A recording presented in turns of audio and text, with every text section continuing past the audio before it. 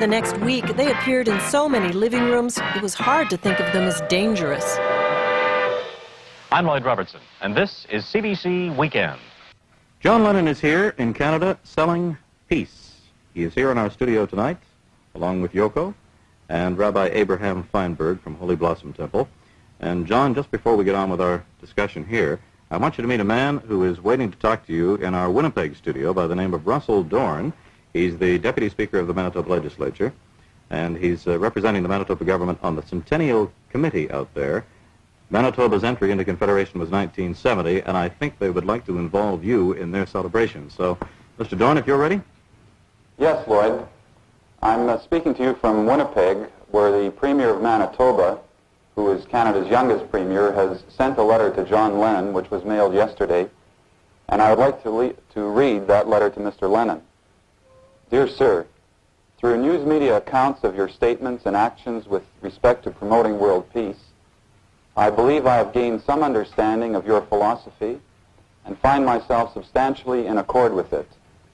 Therefore, it would give me and the government of Manitoba considerable pleasure if you would consider Manitoba as a site in 1970 to promote world peace. We would, of course, be prepared to provide you with every assistance in selecting an appropriate site. Yours sincerely, Edward R. Schreier. How about that, John? That's beautiful, and we'd like to thank you very much. And I can't give a date or anything now, but we'll be there, definitely. And it's just, we're overwhelmed by that offer, and we just don't know what to say. It's just too much, you know. Mr. Dorn, here's a chance for a little plug to the other people of Canada as well. You know, John was telling me that he's never been to Winnipeg, so perhaps you could tell him what the beauties of Winnipeg will be in 1970. And happy birthday for you, whatever it was he said before. Well, thank you very much. I might just mention in brief that we're in the center of Canada. We have a very progressive province and a large city. Our capital is 500,000. We have also in our province the International Peace Gardens, which is shared between North Dakota and Manitoba. And we're very proud of the fact that next year we'll be celebrating this 100th anniversary, being the first province to join Confederation. I hope that things will work out from your end and from ours, and that we're going to try to keep you to your word right now, John. Oh yes, you don't have to worry about that. It's just a matter of I have people around me, like anybody does, who make sure that it happens and do the phone calls, and we'll be in touch as soon as the lights go out. You know, I mean, like tomorrow, whenever we get the letter, you know, we'll wait for the letter with the address, etc. Thank you very much, Mr. Dorn. Thank you. Thank you. Thank you from both of us. John, you've been terribly flattering to Canada since you've been around this week. And Vice I'm just versa. wondering how you can define that strain that seems to run through our national character. We say we have an inferiority complex in this country. What is it about Canada? Why is this peace movement being held here? You know, it's like beyond me, the ins and outs of it, why we're here doing these things in Canada.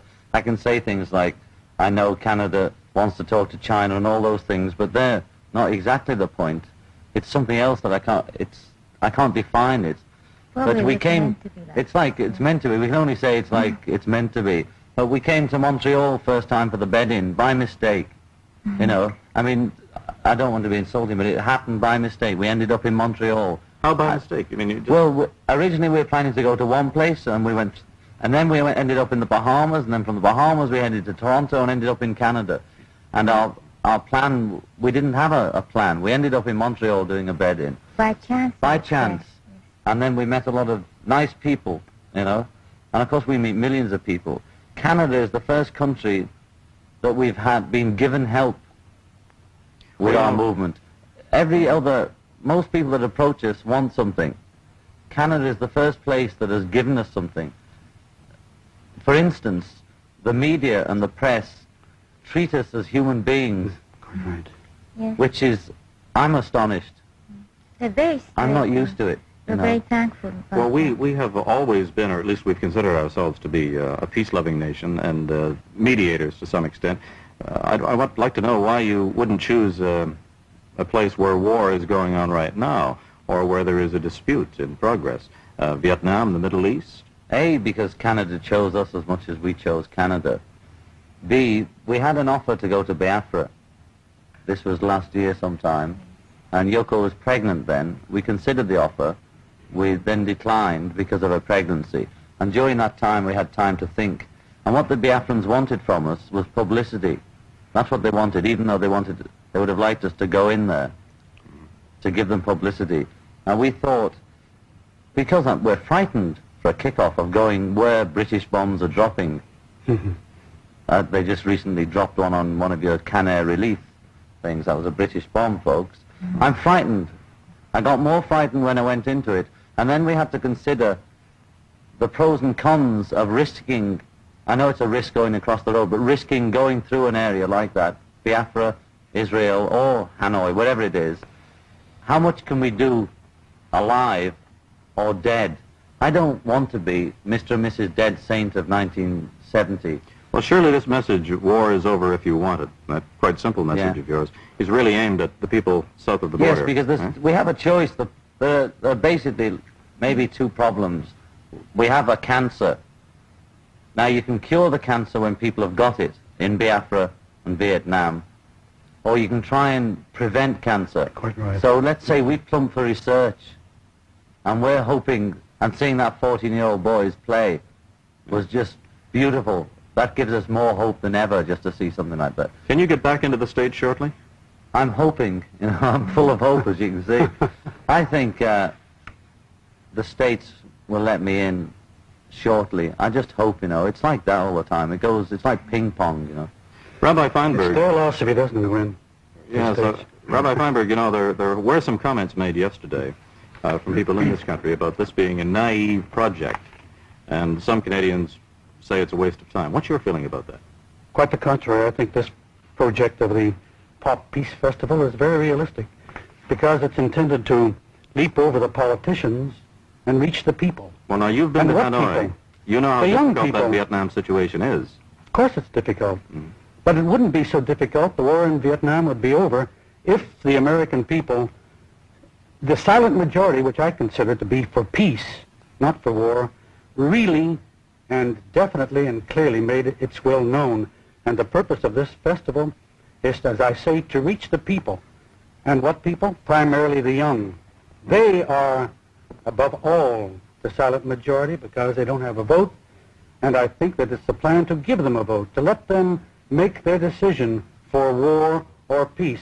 And besides, this festival will give new zest and enthusiasm and hope to the peace movement. I've already heard from leaders of the movement in the United States and Canada how happy they are that John and Yoko have undertaken to be the spearhead. They don't like to be referred to as leaders, but they are leaders because of what they are. And there's no couple in the world behind whom the young people will organize themselves more enthusiastically than behind John and Yoko, not only because of their fame and their acclaim and their prestige and their influence, but because of their personal qualities of character, which I have learned to love. I am proud to be associated with them in this cause. John, you said something very interesting in the last few days. You said that we are now coming into, indeed we are into the post-drug culture. Yes. You're talking to the young people. Yes. Are you saying that drugs are passé? Yeah, people that take drugs, I mean, when I talk about drugs, I mean hard stuff like speed and the things that the kids are getting into now. It means they've got no hope. The only time I ever took drugs was when I had no hope. And when you're on drugs, it's harder to find hope. It's like the alcoholics. We've seen all the films about our parents. They were all alcoholics, and when you are alcoholic, you don't know. You can't face up to it, and you're too far gone before you find out you're really hooked. And speed does kill. All those things kill. And you've got to have hope. And if we can give people hope, then they won't need drugs. Russell Dorn in Winnipeg would like to say something to you again, John, if we could just listen to him. I think you're going to make a terrific impact with your campaign, but I was wondering what sort of a follow-through after you and your wife leave. What do you intend to do in terms of any organization or follow-up to keep what you have going continuing? You mean the follow-through to this particular day? Yes. Well, we came over initially to set up this festival for July, and of course we'll leave behind this nucleus of people to keep the events going. Now, if we can get this festival to make some money, we'll leave it here, and the people we appoint will circulate the money and use it to keep the thing going, because we can't obviously hop around, be everywhere at once. Are you But we saying can that have people- representative in each country that we leave behind. And we'll continue touring and touring and touring. But there are many other people of equal strength as John and Yoko who are just waiting for different opportunities, as we were waiting for the opportunity ourselves, unknowingly or whatever. This is really to the do commercialization of peace, then. Yes, when somebody selling says peace. we're naive. Now, I ask you, was Mr. Ford or any of them naive when they first started plugging the product? Thank They you very first of all much, had- John okay, and I heard the Yoko and music. Rabbi Feinberg. So I was Oh, cool. yeah. When I saw the album, you know, I saw, Yeah. because I used to work in a little film studio there for American educational TV, and so when I saw that picture, boom, you know, it's really fun. Yeah, there must be a few people that know Abbey Road itself. And it just sort of coming across it in a record shop and seeing it was sort of, what? What's that? That kind of thing. So it's a nice album, I like it. Thank you. Sure, it seemed, you know, Yeah. fairly clearly. It is straight lyric, you know. Have you got your two established? I'm sorry, hold it just one second. I've been so busy talking about music that I forgot one element. Seen artists get so involved with a political or a philosophical belief or message that it overwhelms their art. Are you afraid of that at all? No, Well- we just keep on dispensing our ideas and just move on. So it doesn't bother me. We're not staying in any bag like music or film art. You know, art is communication, or I forgot what some guy was saying up there.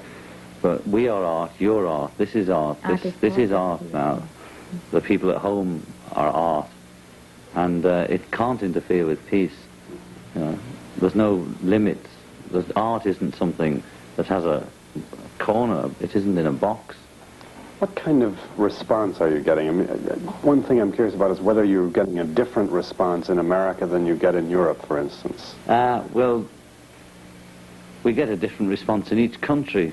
You know, it's sort of, each country has its prototype. You know, like the Englishman and the Frenchman, and etc. Tell me about the American. What's the prototype? Well, the American, the prototype, there's two prototypes. The one that's in Europe with the cameras, and the one that's in America, which is living in luxury, you know. But the country usually reacts initially in prototype. You know, the English still reacting prototype English.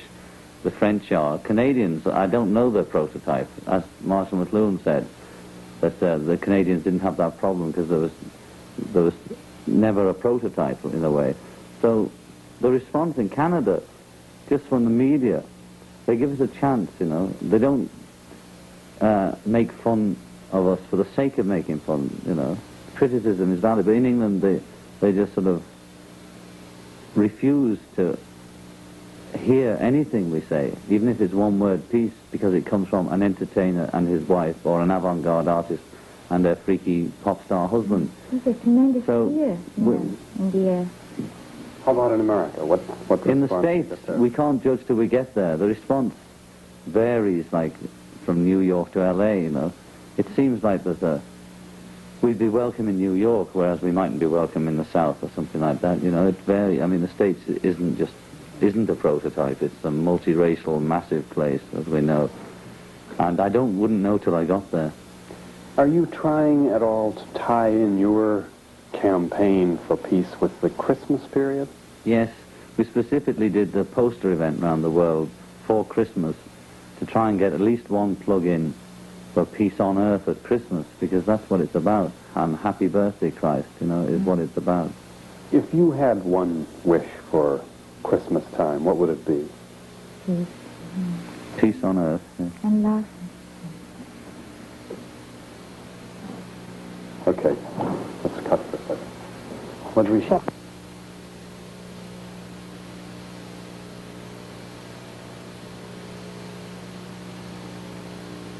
Then that poster is irrelevant. When we have peace on earth, that poster won't exist only as history. In other words, the poster showing a starving child would be irrelevant if you had... If we had peace, you asked us what we wanted, peace on earth.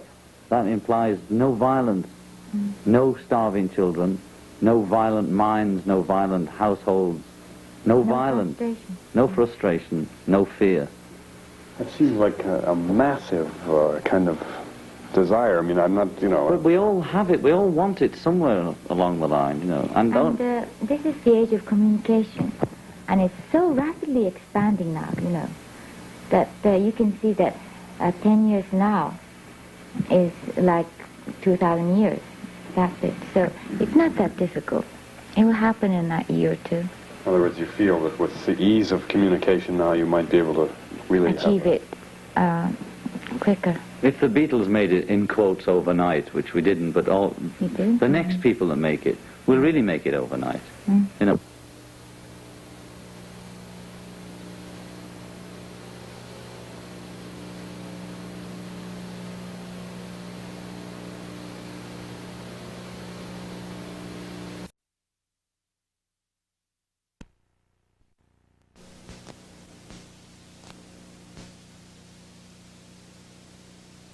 This is the only country where people have come and offered us to help us so far. Every other offer we have is for us to help them. And you don't know what it's like the other way around. When somebody offers us help, it's just, it's very beautiful. We get... In the middle of the Revolution number 9, it says something about if you want a contribution. Do you get a lot of requests that way for, help the revolution? We get lots of requests, various requests. The begging letters are the most constant, 90%. And they vary depending on what we're doing at the moment. If we're having a miscarriage, we get many people who had miscarriages too, and just £100 for a new car will save us. And if we got married, there's many people that are saying, we were married too, but my wife died and my leg fell off and my head went black. And, you know, so it's usually that kind of hype, you know. But we select the things we want to help, you know. Yeah. What do you mean by peace? Just all its aspects: peace of mind, peace in the street, peace in your own home, peace throughout the world. Really means no violence, or violence that's channeled and doesn't hurt. That's what I mean by peace. I think I can't define things, you know. Yeah. I'm not peace from that mind, school of thought. I'm not educated to talk like that. I talk in jingles. Yeah. You know, I'm in monosyllables. I can't even say that, you know. And so peace means that to me. Don't hurt people. You gave your OBE? MBE. MBE? Oh, OBE is one better. Oh, really? Oh, really? Yes. we got the weediest one. You know. Well, usually you start from... I gave it back, you know, because it always embarrassed me. I was a bit of a hypocrite to take it, but I was on the make. And I'd been thinking of giving it back for a long time. I'd discussed it and thought about it and put it off like you do about anything, like getting, I don't know, I was going to say a haircut, but something like that, you know, like getting your teeth fixed. You know. I was always going to do it, you know, whenever I remembered it or saw somebody put it on a letter, I used to flinch, you know, because I'm basically a socialist. And so I was always thinking I'll have some event like the bed-in, and then I'll announce, and I'm going to get the MBE back. So you gave it back to a socialist government? Yeah, well, they gave us it. But the thing was, it was an event in itself, you know, and it was just a gimmick to just wave the flag and say, remember Biafra, because Britain is more responsible, although we think everybody's responsible for all the things. Britain must be aware of its responsibilities in Biafra, and for our government policy towards the US, Vietnam thing. The war departments after World War II became the defense departments. There's no reason they couldn't become the peace departments. Well, if peace really lost its meaning, we'd invent a word, you know.